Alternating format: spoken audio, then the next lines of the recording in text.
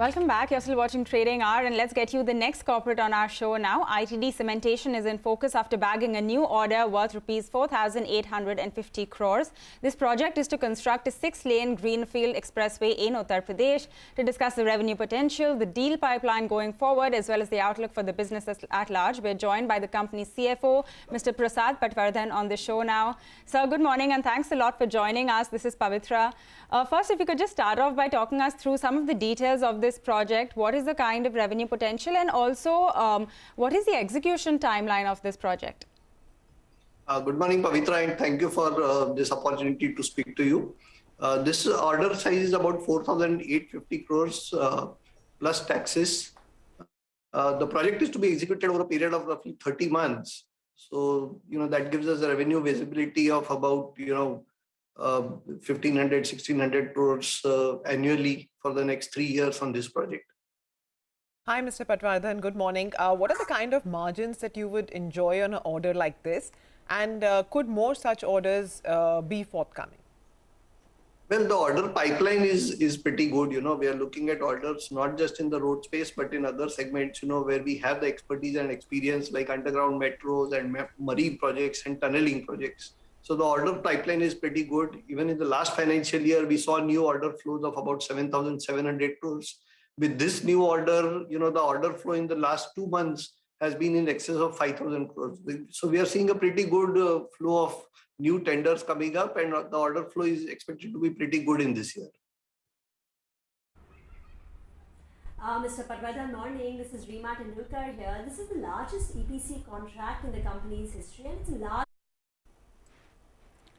All right, looks like we're having some trouble with Reema's speed, so we're going to try to reconnect. Sir, in the meantime, if I can just ask you, you did mention that you are seeing a lot more orders come through in other segments as well. Can you tell us, is there anything else on the anvil?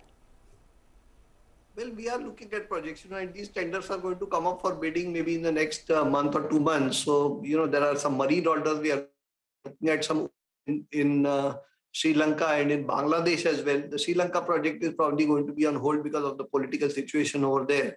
But we are looking at projects in Bangladesh and a lot more tenders coming up in India in the sectors that I mentioned earlier, which is underground metros and marine and tunneling projects. That is what we are going to focus on. Mr. Patwardhan, this is Reema Tendulkar here. It's nice to chat with you. Since you've started FY23 on a strong note with more than 5,000 crores of orders in hand, do you think there is an upside to your guidance of 20 to 25% revenue growth for FY23? Well, last year we have seen a growth of about 40% in our top line.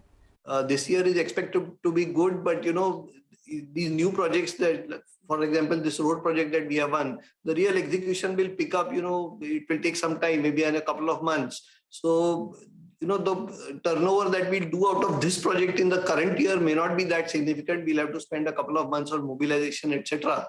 But nonetheless, we hope to do better than 20-25%. Let's see how things pan out from here on. We are going to be facing some headwinds on the commodity prices as well. So we need to factor that in.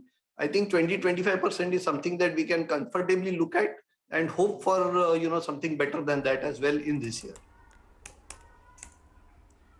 Okay, so you're largely retaining your FY23 revenue guidance. What about on the margins on this particular order?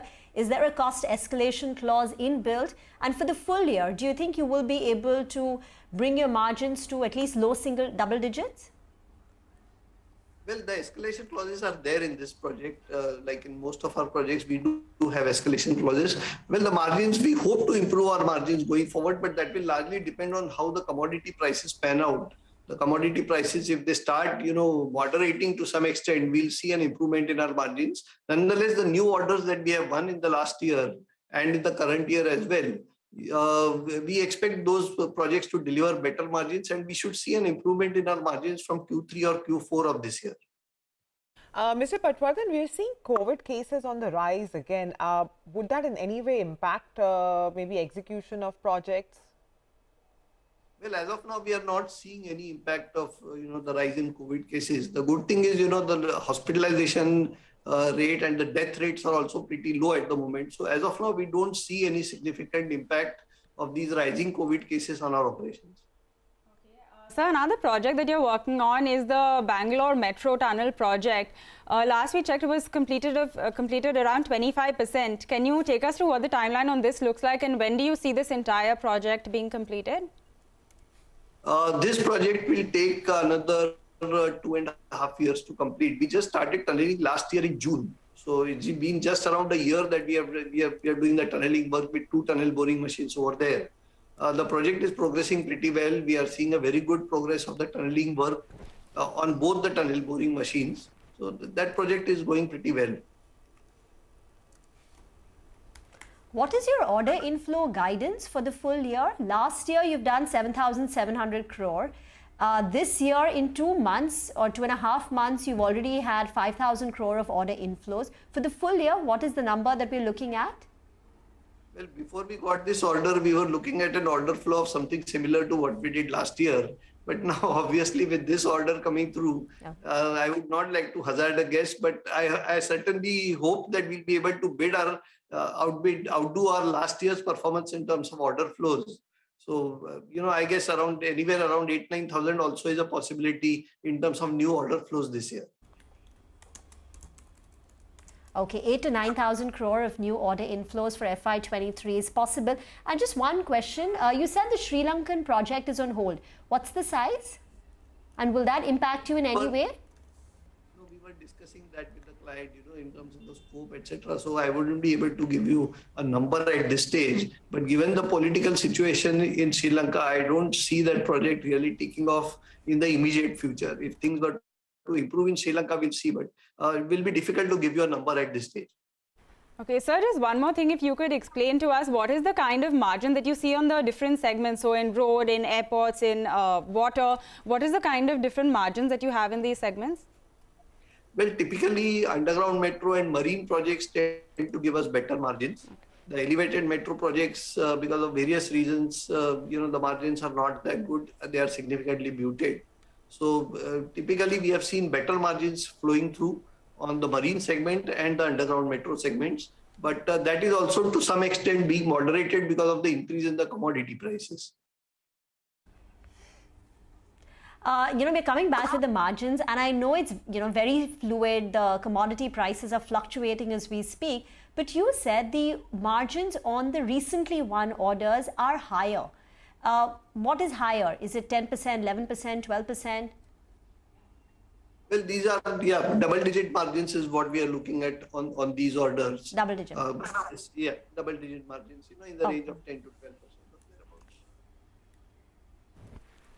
All right, sir, we will leave it at that today. Thank you very much for joining us and taking us through this order and also the outlook for the business going forward.